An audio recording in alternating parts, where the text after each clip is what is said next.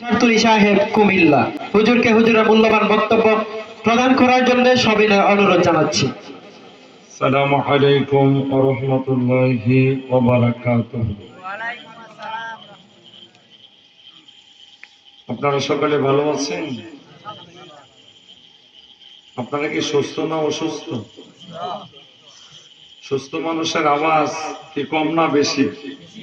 আমি আবারও সালাম দিচ্ছি।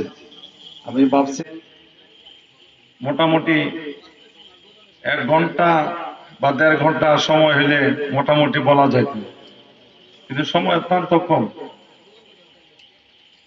এরপরে আছে কালেকশন। রাসূলুল্লাহ الصلاة والسلام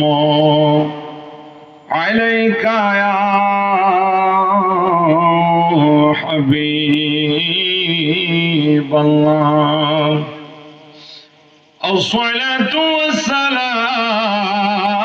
والسلام عليك يا سيد المرسلين الصلاة والسلام عليك يا رحمة للعالمين إن الحمد لله نحمده ونصلي على رسوله الكريم أما بعد সকলে জবান খুলে আমার সাথে পড়ুন আউযু বিল্লাহি ইয়্যাহু ওয়া বিল ওয়ালিদাইনি ইহসানা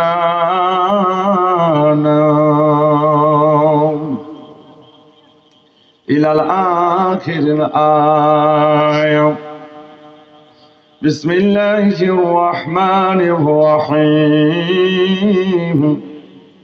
والعصر إن